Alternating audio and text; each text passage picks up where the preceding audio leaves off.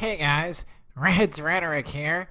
I'm suffering from insomnia again, so I thought I'd go live. And tonight, I was really feeling myself after defeating P. Mars in that debate I had with him the other day. So I thought I'd search my own name in the YouTube search box and just look at my glorious work. Just look at this.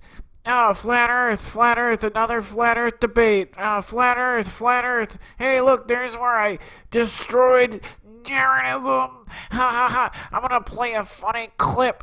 My sense of humor. What do you mean the turning? The moon is staying still, you ignorant piece of shit. It's actually the rocket that's doing the moving. If the camera is attached to the satellite that's actually doing the moving, then the picture's gonna move with it. If you don't have a fucking reference point from it, then of course it's gonna confuse you. Ha ha ha. What a piece of shit. Well, I certainly have a lot of flat earth videos, my friends, but I thought, it seems my subs, They like hearing the same conversation every single day and the same jokes over and over and over again. Well, maybe I'll change it up a bit tonight and talk about some older conspiracy theorists. Haha, don't worry, guys. He says a lot of stupid things. Okay, this is Bertrand Russell. He was alive from 1872 to 1970. So he missed the flat earth boat that could be brought back over the horizon with a zoom lens. But he still was a stupid conspiracy guy. Haha, he wrote these dumb conspiracy books, peoples. Look, this is from his book, The Impact of Science on Society, he wrote in 1953. He said, I think the subject which will be of most importance politically is mass psychology. Its importance has been enormously increased by the growth of modern methods of propaganda. Of these, the most influential is what is called education. Religion plays a part, though a diminishing one. The press, the cinema, and the radio play an increasing part. It may be hoped that in time, anybody will be able to persuade anybody of anything if he can catch the patient young enough and is provided by the state with money and equipment. Although this science will be diligently studied, it will be rigidly confined to the governing class. The populace will not be allowed to know how its convictions were generated. When the techniques have been perfected, every government that has been in charge of education for a generation will be able to control its subjects securely without the needs of armies or policemen. Ha ha! That's crazy conspiracy! Am I right? He wrote other crazy things too.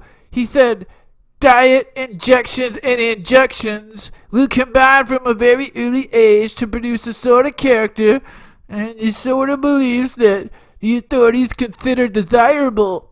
Any serious criticism of the powers that be will become psychologically impossible. He was an anti-vaxxer back then. Haha, what an idiot. He also said, gradually by selective breeding, the congenital differences between rulers and ruled will increase until they become almost a different species. A revolt of the plebes would become as unthinkable as an organized insurrection of sheep against the practice of eating mutton. What a stupid conspiracy, as if our leaders are inbred royalty or something. That's obviously not true. He also had another stupid conspiracy book he called The Scientific Outlook. He wrote in 1931. He must have been smoking a lot of that ganja weed, 'cause look what he says here. In like manner, the scientific rulers will provide one kind of education for ordinary men and women, and another for those who had to become holders of scientific power. Ordinary men and women will be expected to be docile, industrious, punctual, thoughtless, and contented. Of these qualities, probably contentment will be considered the most important. In order to produce it, all the researchers of psychoanalysis, behavioralism, and biochemistry will be brought into play. All the boys and girls will learn from an early age to be what is called cooperative, i.e., do exactly what everyone else is doing. Initiative will be discouraged in these children, and insubordination without being punished will be scientifically trained out of them. What a crazy conspiracy guy. Am I right? This is so funny. Question. Is there a conspiracy theory that you've heard that you didn't like? Question. Is there a conspiracy theory that you've heard that you didn't like? Question. Is there a conspiracy theory that you've heard that you didn't like? Question. Is there a conspiracy theory that you've heard that you didn't like? Question. Is there a conspiracy theory that you've heard that you didn't like?